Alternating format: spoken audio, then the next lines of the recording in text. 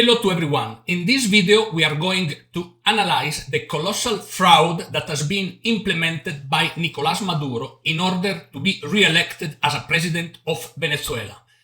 We will analyze the keys that explain how he implemented the fraud and how he is repressed immediately the Venezuelan people. So, in order to understand what happened in Venezuela, you have to comprehend that Venezuela is in the hands of a criminal gang since almost more than 20 years. Most of the Venezuela leaders are researched by the US government for many crimes, and, for example, Maduro himself has a reward of $15 million on his head, as well as many of the high ranks Chavists in the regime. So, the first thing that they did in order to organize this colossal fraud has been to do not allow the entry of international observers that were not in line with the regime. It is particularly emblematic, the plane that has been blocked in Panama with few ex-presidents, few ex-Latin American presidents. Among them, the one of Costa Rica, Miguel Ángel Rodríguez, and Vicente Fox of Mexico.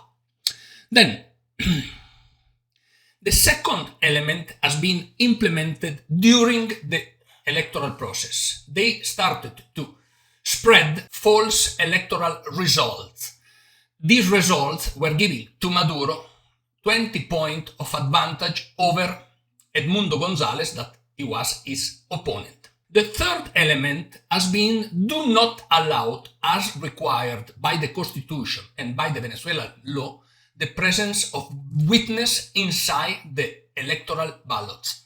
So there were no witnesses, there were only Chavists that they checked and count the votes. The third element has been the arrival of observers that are in line with the regime and that support the regime. There is a fifth element that has been the ballots to close the electoral tables where the majority was overwhelmingly against Maduro. They remained closed all day. And last but not least, there are 8 million Venezuelans around the world that they couldn't vote because all these Venezuelans are obviously against Maduro because they have suffered in first hand the brutal repression of this regime.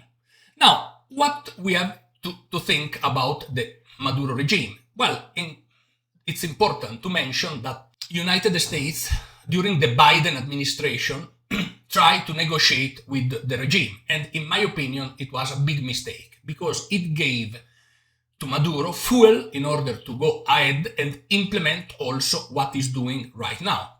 But right after the election, when the ballots closed, it's important to mention that the paramilitary that support the military regime started to run throughout Caracas and throughout the major city.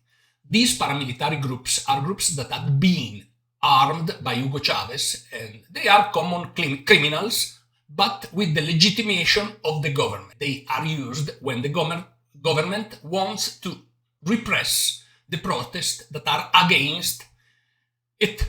So the Venezuelan situation is particularly difficult. I believe that if doesn't arrive some international help, they will remain for many, many years under the regime. That's the situation in Venezuela. Please remember also to subscribe to the channel and to share this video with your friends if you like it. Thank you.